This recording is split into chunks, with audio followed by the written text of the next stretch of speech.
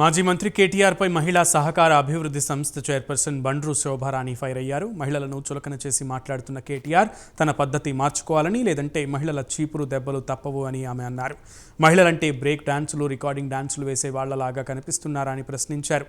పబ్బులు, క్లబ్బుల సంస్కృతి కేసీఆర్దని, ఆయన డాన్స్ కల్చర్ని ప్రజల మీద రుద్దాలని చూస్తున్నారని ఎద్దేవా చేశారు. వెంటనే కేటీఆర్ మహిళలకు బహిరంగ క్షమాపణలు చెప్పాలని బండ్రు శోభారాణి డిమాండ్ చేశారు.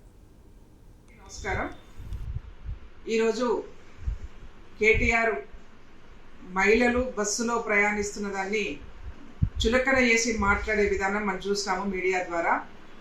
నాకు అనిపిస్తూ ఉందంటే కేటీఆర్ గారికి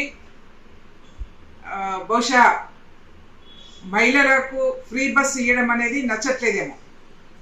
అందుకే పదే పదే మహిళలకు ఫ్రీ బస్సు మీద అనేక మార్లు కేసీఆర్ మాటల్లో, కేసీఆర్ గారి ప్రసంగాలలో మహిళలకు ఇస్తున్నటువంటి ఫ్రీ బస్సు మీద చులకరగా మాట్లాడుతూ ఉన్నాడు.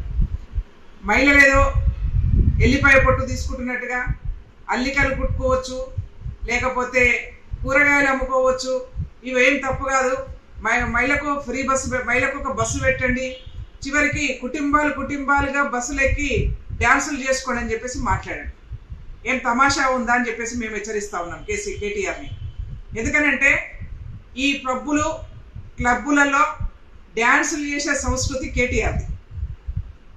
ఆయన చేసే డ్యాన్సుల్ని అందరికీ రుద్దాలనుకుంటే ఇది కరెక్ట్ కాదు.